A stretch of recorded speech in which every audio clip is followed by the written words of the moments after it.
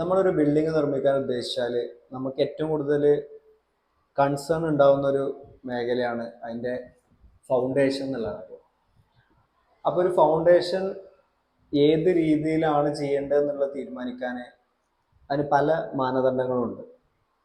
അതിൽ നോർമലായിട്ട് നമ്മളെ ഒരു റെസിഡൻഷ്യൽ പ്ലോട്ട് സാഹചര്യങ്ങളിലൊന്നും നമ്മൾ ചെയ്യാത്തതാണ്, എങ്കിൽ പോലും വളരെ അത്യാവശ്യമുള്ളൊരു കാര്യമാണ് ഒരു സോയിൽ ടെസ്റ്റ് ചെയ്യുക എന്നുള്ളത്.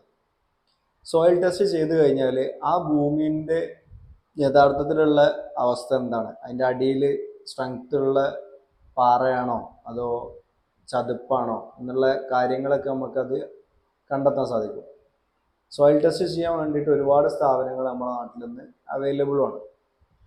തുടക്കത്തിൽ കുറച്ചൊരു പൈസ നമ്മൾ ചിലവാക്കേണ്ടി വരുമെന്നുണ്ടെങ്കിലും ഒരു ലോങ് ടേമിൽ നമുക്കത് വളരെ എഫക്റ്റീവായിട്ടുണ്ടാവും. കാരണം എന്താണെന്ന് വെച്ചാൽ ഏതെങ്കിലും സാഹചര്യത്തിൽ നമ്മൾ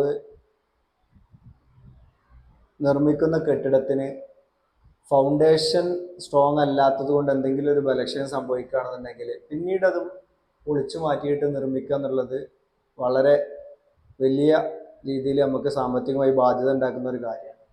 അപ്പോൾ അത് ഒഴിവാക്കാൻ വേണ്ടിയിട്ട് നമുക്കൊരു സോയിൽ ടെസ്റ്റ് നമ്മൾ ആദ്യം ചെയ്തു വെച്ചാൽ നമുക്കത് വളരെ സൗകര്യപൂർണ്ണമായിട്ട് നമുക്ക് ചെയ്യാൻ പറ്റും.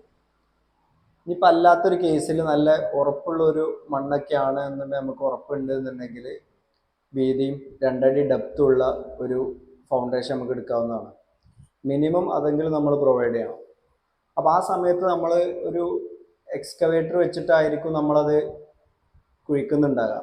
അപ്പോൾ ആ ഒരു എക്സ്കവേറ്റർ വെച്ചിട്ട് കുഴിക്കുമ്പോൾ ആ ചെയ്യുന്ന ആൾക്ക് അതിൽ മണ്ണെടുത്ത് മാറ്റുമ്പോൾ തന്നെ മനസ്സിലാക്കാൻ പറ്റും ഈ മണ്ണിന് എത്രമാത്രം ഉറപ്പുണ്ട് എന്നുള്ള കാര്യം.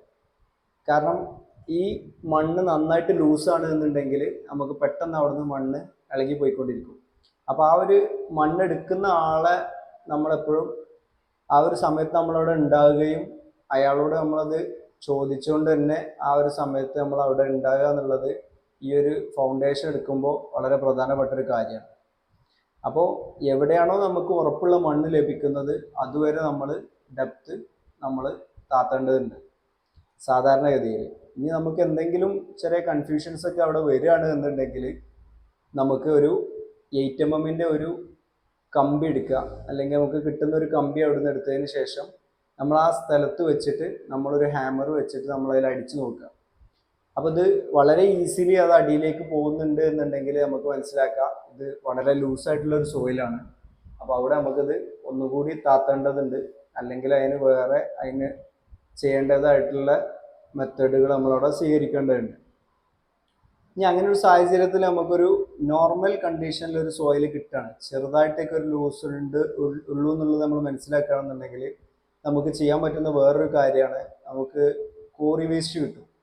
ആ കോറി വേസ്റ്റ് നമ്മൾ എന്ത് ചെയ്താൽ മതി, അതിൻ്റെ അടിയിൽ പൂർണ്ണമായിട്ട് നിരത്തിയതിന് ശേഷം നമ്മളത് നന്നായിട്ട് ഒരു ഇടിമുട്ടി എന്തെങ്കിലുമൊക്കെ വെച്ചിട്ട് അത് ഇടിച്ചിട്ട് നന്നായിട്ട് അവിടെ ആ ഒരു ഫൗണ്ടേഷൻ്റെ ബോട്ടം പോർഷൻ നമ്മൾ നന്നായിട്ട് സ്ട്രെങ്തനിങ് ചെയ്യുക എന്നുള്ളത്. അങ്ങനെ ചെയ്തു കഴിഞ്ഞാൽ ഒരു പരിധിവരെ നമുക്ക് ഈ ഒരു സെറ്റിൽമെൻറ്റിന് നമുക്ക് ബ്ലോക്ക് ചെയ്യാൻ പറ്റും. അപ്പോൾ ഈ ഒരു ബോട്ടം നമ്മൾ പരമാവധി ഈ കോറി വേസ്റ്റ് വെച്ചിട്ട് സ്ട്രെങ്തൻ ചെയ്യാം. അതുപോലെ അതിൻ്റെ മുകളിൽ നമ്മളൊരു 4 ഇഞ്ച് കനത്തിൽ ഒരു PCC കോൺക്രീറ്റ് നമ്മൾ ചെയ്യാം. കമ്പി ഇല്ലാതെ വെറും കോൺക്രീറ്റ് മാത്രമായിട്ട് ഒരു 40 mm മെറ്റൽ ഒക്കെ ഉപയോഗിച്ചിട്ട് നമുക്കൊരു കോൺക്രീറ്റ് ചെയ്യാവുന്നതാണ്.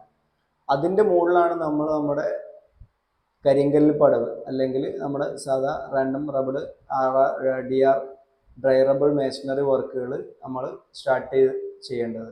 അങ്ങനെ ചെയ്താൽ നമുക്ക് പരമാവധി അതിൻ്റെ ഒരു സ്ട്രെങ്ത്ത് നമുക്ക് ഒരു ത്രൂ ഔട്ട് നമുക്കത് മെയിൻറ്റെയിൻ ചെയ്യാൻ വേണ്ടിയിട്ട് പറ്റും.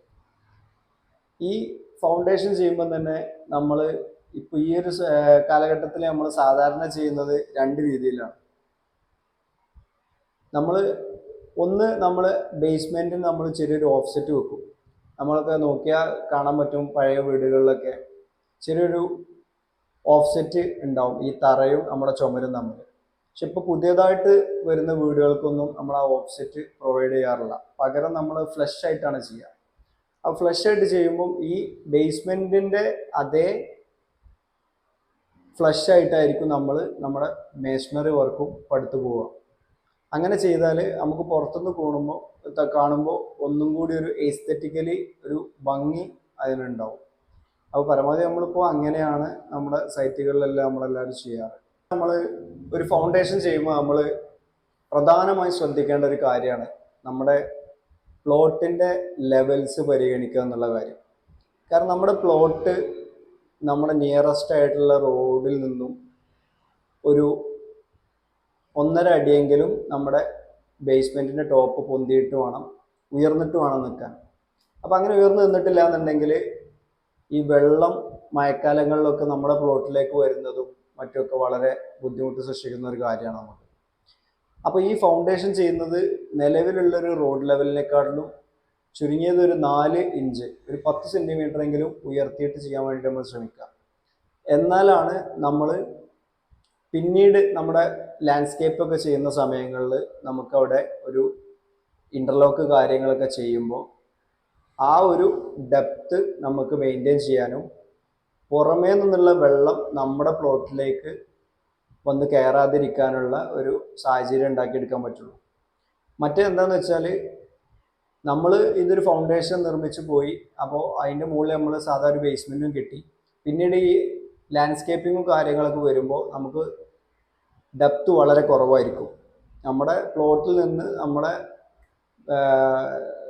ബിൽഡിങ്ങിൻ്റെ ബേസ്മെൻറ്റിൻ്റെ ടോപ്പിലേക്കുള്ള ഹൈറ്റ് വളരെ കുറവായിരിക്കും. അത് പിന്നീട് നമുക്ക് ആ ഒരു ബുദ്ധിമുട്ടായിട്ട് നമുക്ക് വരും. അപ്പോൾ അത് ഒരു സ്റ്റെപ്പ് നിർമ്മിക്കുമ്പോഴും ഈ ഒരു കാര്യം നമ്മുടെ ഒരു മൈൻഡിൽ വെച്ചിട്ട് വേണം നമ്മൾ ഈ കാര്യങ്ങളെല്ലാം എക്സിക്യൂട്ട് ചെയ്യാൻ വേണ്ടിയിട്ട്. സാധാരണഗതിയിൽ 2 തരത്തിലുള്ള സ്ട്രക്ചറുകളാണ് നമുക്ക് നമ്മുടെ നാട്ടിൽ കാണാൻ പറ്റുക. ഒന്ന് ഫ്രെയിംഡ് സ്ട്രക്ചറാണ്, ഒന്ന് ലോഡ് ബെയറിംഗ് ആണ്. ലോഡ് ബെയറിംഗ് സ്ട്രക്ചർ എന്ന് പറഞ്ഞാൽ നമ്മൾ സാധാരണഗതിയിൽ ചെയ്യുന്ന നമ്മുടെ ഒരു ഫൗണ്ടേഷൻ നമ്മൾ കരിങ്കല്ലിലോ അല്ലെങ്കിൽ ഒരു ലാറ്ററൈറ്റിലോ വെച്ചിട്ട് നമ്മൾ ചെയ്യും. അതിനുശേഷം അതിൻ്റെ മുകളിലേക്ക് നമ്മൾ പടുത്തതിന് ശേഷം നമ്മൾ കോൺക്രീറ്റ് ചെയ്തു പോകുന്ന രീതിയാണത്. അതിൻ്റെ പൂർണ്ണമായിട്ടുള്ള അതിൻ്റെ ലോഡുകളും ആ ഒരു നമ്മൾ പടുത്ത് വെച്ചിട്ടുള്ള ആ ഒരു സ്ട്രക്ചറിലേക്കായിരിക്കും അതിൻ്റെ ആ ബിൽഡിങ്ങിൻ്റെ ലോഡും ആ സ്ലാബിൻ്റെയും എല്ലാ ലോഡുകളും ഡിസ്ട്രിബ്യൂട്ട് ചെയ്യപ്പെടുന്നത്. പക്ഷേ നമ്മളൊരു കൊമേഴ്ഷ്യൽ ബിൽഡിംഗ് നിർമ്മിക്കുകയാണെന്നുണ്ടെങ്കിൽ, അല്ലെങ്കിൽ കൂടുതൽ ഓപ്പൺ സ്പേസുകളുള്ള ഒരു റെസിഡൻഷ്യൽ ബിൽഡിംഗ് ആണ് നമ്മൾ നിർമ്മിക്കുന്നത് എന്നുണ്ടെങ്കിൽ നമുക്കൊരിക്കലും അങ്ങനെ നമുക്ക് ചെയ്യാൻ പറ്റില്ല. കാരണം ഇതിലേക്ക് വരുന്ന ഓപ്പൺ സ്പേസുകൾ വരുമ്പോൾ നമ്മുടെ ഏരിയ കുറയും. നമ്മുടെ ഈ ഒരു വാളുകൾ നിർമ്മിക്കാനുള്ള ഏരിയ കുറയുമ്പോൾ ഇതിനെ താങ്ങി നിർത്താനുള്ള സ്ലാബിൻ്റെ സ്ട്രെങ്ത്തും അവിടെ കുറയും. ആ ഒരു സാഹചര്യത്തിൽ അതുപോലെ നമ്മളൊരു 2 അതിലധികമോ ഒക്കെ നിലകളിലേക്കുള്ള ബിൽഡിംഗ് എടുക്കുമ്പോൾ, അല്ലെങ്കിൽ നമുക്കൊരു വീക്കായിട്ടുള്ള ഒരു സോയിൽ ഉള്ള ഒരു സ്ഥലങ്ങൾ നിർമ്മിക്കുമ്പോൾ, അങ്ങനത്തെ സാഹചര്യങ്ങളിലൊക്കെ നമ്മൾ ഫ്രെയിംഡ് സ്ട്രക്ചറാണ് ഉപയോഗിക്കുക. ഫ്രെയിംഡ് സ്ട്രക്ചർ എന്ന് പറഞ്ഞാൽ നമ്മൾ നാട്ടിലൊക്കെ കാണുന്നത് പോലെ തന്നെ ഈ കോളം, ബീം കാര്യങ്ങൾ ഉൾപ്പെടുത്തിയിട്ടുള്ള സ്ട്രക്ചറാണത്. അപ്പോൾ അതിന് വേണ്ടിയിട്ട് നമ്മൾ ഫൗണ്ടേഷൻ എടുക്കുക. പല രീതിയിലുണ്ട്. ഫ്രെയിംഡ് സ്ട്രക്ചറിൽ തന്നെ പല ടൈപ്പ് ഫൗണ്ടേഷൻസ് നമുക്ക് കാണാൻ വേണ്ടിയിട്ട് സാധിക്കും. അതിൽ നമ്മുടെ നാടുകളിൽ കോമൺ ആയിട്ട് ചെയ്യുന്നത് നമ്മൾ കോളം ഫൂട്ടിങ്, ഒരു ഐസൊലേറ്റഡ് ഫൂട്ടിങ് രീതിയിലാണ് നമ്മൾ ചെയ്യുക. ചിലപ്പോൾ അതിലൊരു കമ്പൈൻഡ് ആയിട്ടുള്ള ഒരു രൂപം അതിൽ വരും. ഐസൊലേറ്റഡ് ആയിട്ട് വരുമ്പോൾ അതൊരു സിംഗിൾ ഫൂട്ടിങ് ആയിരിക്കും. അതൊരു നോർമൽ കണ്ടീഷനിലൊരു മിനിമം 1.5 മീറ്റർ എങ്കിലും നീളവും വീതിയും ഡെപ്തുമുള്ള ഒരു കുഴിയിലായിരിക്കും അത് ഉണ്ടാകുക. അപ്പോൾ അതിന് നമ്മൾ ആദ്യമായിട്ട് ചെയ്യുക, ആ ഒരു നല്ല സ്ട്രെങ്ത് ഉള്ള ഒരു സോയിലിൻ്റെ അടിയിലേക്ക് എത്തിയതിന് ശേഷം നമ്മൾ അവിടെ ഒരു 4 ഇഞ്ച് കനത്തിൽ ഒരു PCC ലെയർ നമ്മൾ ചെയ്യും. അതിൻ്റെ മുകളിൽ നമ്മൾ മാറ്റ്, നമ്മളൊരു റീൻഫോഴ്സ്ഡ് നമ്മൾ വാർക്ക കമ്പി ഉപയോഗിച്ചിട്ട് നമ്മളൊരു മാറ്റ് അടിക്കും. എന്നിട്ട് അതിൻ്റെ ഫൂട്ടിങ് നമ്മൾ നിർമ്മിക്കും. ആ ഫൂട്ടിങ് ചെയ്തതിന് ശേഷം നമ്മളൊരു കോളം, ഒരു പെഡസ്റ്റൽ കോളം നമ്മൾ അതിൻ്റെ മുകളിൽ സ്ഥാപിക്കും. അതിൻ്റെ മുകളിൽ ഒരു പ്ലിന്ത് ബീം, ഈ കോളങ്ങളെല്ലാം കണക്ട് ചെയ്തുകൊണ്ട് നമ്മളൊരു പ്ലിന്ത് ബീമും കൊടുക്കും. ആ പ്ലിന്ത് ബീമിൻ്റെ മുകളിലേക്കാണ് നമ്മൾ കാണുന്ന ഭാഗങ്ങൾ വരിക. നമ്മളെ വീടിൻ്റെ കാഴ്ചയിൽ വരുന്ന ഭാഗങ്ങൾ അതിൻ്റെ മുകളിലേക്കാണ് വരിക. അപ്പോൾ ഈ പ്ലിന്ത് ബീം വരെയുള്ള ഈ ഭാഗങ്ങൾ ചെയ്യുമ്പോൾ നമ്മൾ വളരെയധികം ശ്രദ്ധിക്കണം. കാരണം ഇതാണ് നമ്മുടെ ഫൗണ്ടേഷൻ്റെ ഏറ്റവും പ്രധാനപ്പെട്ടിട്ടുള്ള ഭാഗങ്ങൾ. അതിൽ ഏറ്റവും അധികം നമ്മൾ ശ്രദ്ധിക്കേണ്ടത് അതിൻ്റെ കവറിങ് കാര്യങ്ങൾ നിർബന്ധമായിട്ട് നമ്മൾ എന്താണോ നമ്മുടെ IS കോഡുകളിൽ പറയുന്നത് ആ ഒരു കാര്യം മെയിൻറ്റെയിൻ ചെയ്യാൻ വേണ്ടിയിട്ട് നിർബന്ധമായിട്ട് ശ്രദ്ധിക്കണം. അല്ല എന്നുണ്ടെങ്കിൽ ഭാവിയിൽ അതിൽ തുരുമ്പ് കാര്യങ്ങളൊക്കെ വരാനും അത് നമ്മുടെ ബിൽഡിങ്ങിൻ്റെ ബലക്ഷയത്തിലേക്ക് പോകാനുള്ള സാധ്യതകളുണ്ട്. മിനിമം ഒരു 5 സെൻറ്റിമീറ്റർ എങ്കിലും കവറിങ് നമ്മൾ കൊടുക്കുന്ന ഫൂട്ടിങ്ങിന് നമ്മൾ നൽകേണ്ടതാണ്. അതുപോലെ തന്നെ നമ്മുടെ കോളത്തിനാണ് എന്നുണ്ടെങ്കിൽ നമ്മളൊരു 4 സെൻറ്റിമീറ്റർ എങ്കിലും കവറിങ് കൊടുക്കേണ്ടതാണ്.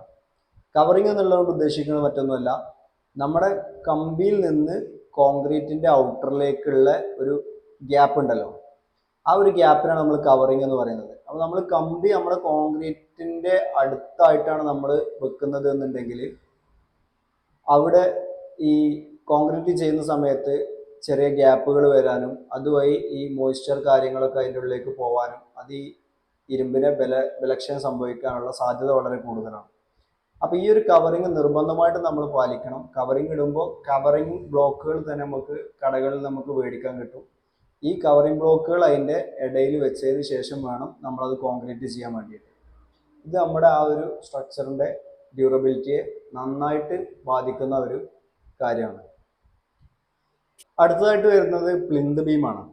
പ്ലിന്ത് ബീം നമ്മുടെ ഫ്രെയിംഡ് സ്ട്രക്ചറിലും ബെൽറ്റ് എന്ന് പറയുന്ന ഡാം പ്രൂഫായിട്ട് നമ്മൾ ചെയ്യുന്ന ഒരു കോൺക്രീറ്റിനെ നമ്മുടെ ലോഡ് ബെയറിംഗ് സ്ട്രക്ചറിലാണ് നമ്മൾ ഉപയോഗിക്കാറ്. അപ്പോൾ രണ്ടിൻ്റെയും പർപ്പസ് 2 തരത്തിലാണ്.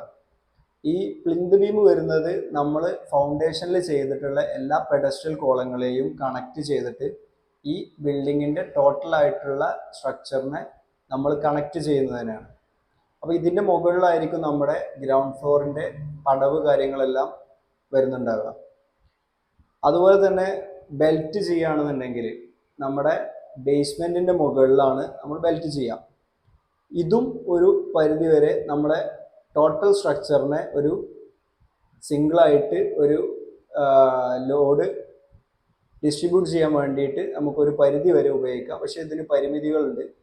കാരണം ഇതിൻ്റെ സ്ട്രക്ചറൽ സ്റ്റെബിലിറ്റി നമ്മൾ പ്ലിന്ത് ബീം പറഞ്ഞ പോലെ അത്രയും ഇതിനുണ്ടാവില്ല. ഇതിൽ റീൻഫോഴ്സ്മെൻറ്റ് കുറവായിരിക്കും, ഇതിൽ കോൺക്രീറ്റ് ഡെപ്ത് കുറവായിരിക്കും. എന്നാലും ഒരു പരിധി വരെ ഇതിലൊരു ഡിസ്ട്രിബ്യൂഷൻ ഇതിൽ നമുക്ക് സാധ്യമാണ്. അതുപോലെ ഇതിൻ്റെ ഒരു മേജർ അഡ്വാൻറ്റേജ് ആണ് ഇതിൽ നമുക്ക് നമ്മുടെ ഒരു ഡാം പ്രൂഫായിട്ട് ഇത് ആക്ട് ചെയ്യും. നമ്മുടെ ബോട്ടത്തിൽ നിന്നുള്ള വെള്ളത്തിൻ്റെ മോയ്സ്ചർ കണ്ടന്റ് നമ്മുടെ ചുമരിലേക്ക് വരാതിരിക്കാനുള്ള ഒരു ഡാം പ്രൂഫായിട്ട് നമ്മൾ ഈ ഒരു ബെൽറ്റ് ആക്ട് ചെയ്യുന്നുണ്ട്. അപ്പോൾ പരമാവധി നമ്മൾ ചെയ്യുന്ന ബിൽഡിങ്ങുകളിലെല്ലാം ഈ ഒരു ബെൽറ്റ് കൊടുക്കാൻ വേണ്ടിയിട്ട് നമ്മളെപ്പോഴും ശ്രദ്ധിക്കേണ്ടതാണ്.